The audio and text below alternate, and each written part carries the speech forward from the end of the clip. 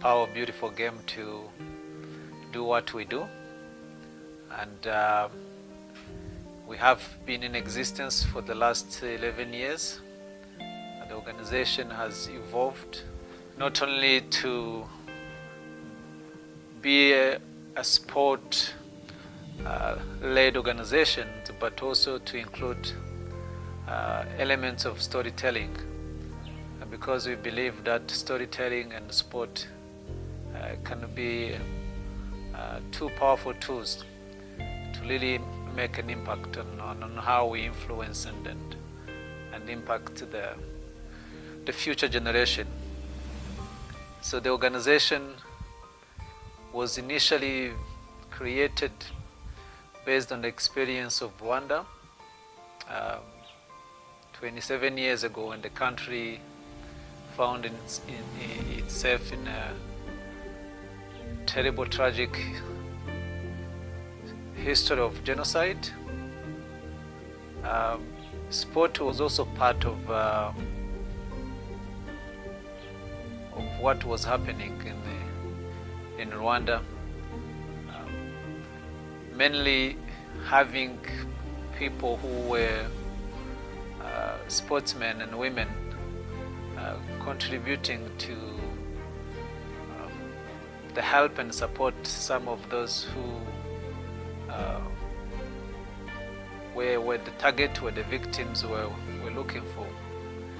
So we have been trying to figure out how we can contribute to the process of reconciliation and reconstruction that the country has been going through over the last 27 years, using that experience, using those stories, and making sure that the young people who plays football today understand that football is not just about a matter of pleasure and fun. It's also a powerful tool to educate young people, to educate society in general, of how to become decent individuals. So we work with communities, we work with schools, and then use that power of beautiful game to basically impact everyday life. So we help young people to learn how to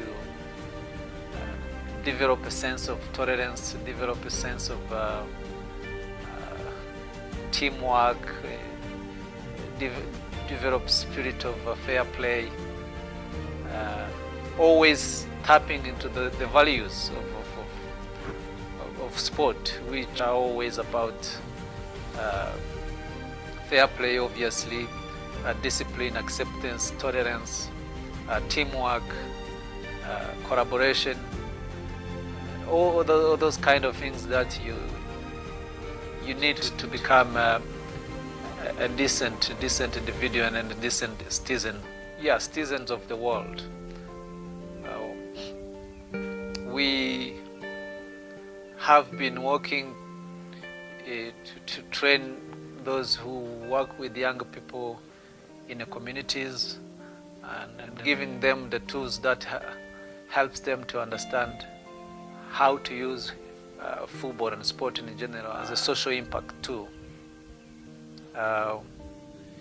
We, as I said, because the element of storytelling is very important in what we do, we also go into schools. We work with the students in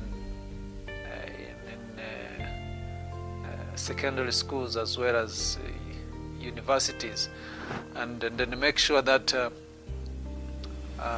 those stories that we believe have powerful lessons can be shared with those young people. We provide talks in schools, we run workshops, and we also organize what we call football awareness raising events or activities, where we focus on some of international recognized dates. For example, the International Peace Day, the International Day of remembrance and reflection on the 1994 genocide against the Tutsi, the International Women's Day, the International Youth Day. So all these important days that the world had put out there. So we try to focus on them and make sure that they are combined with what we do, and then highlight the importance of sports in understanding and learning all these issues that the society tend to see as very important. So for example, on Women Day, we make sure that some of our activities are centered around the way sport and football in particular can contribute to a better understanding of gender promotion, gender equity. So where girls can be as important as boys when it comes to a game of football. But beyond that, how those two can also be very important in contributing towards the development of their communities. So yeah, we provide all sorts of messages during those days, where young people play football but also learning these other important lessons that they need to learn. We have also used film or documentaries as part of our education programs, because we believe films are another powerful to influence and engage young people. So we've used a number of documentaries where we highlight the stories of sportsmen and women who have been very influential in championing the messages of peace building and reconciliation and tolerance in Rwanda as well as in other parts of the world.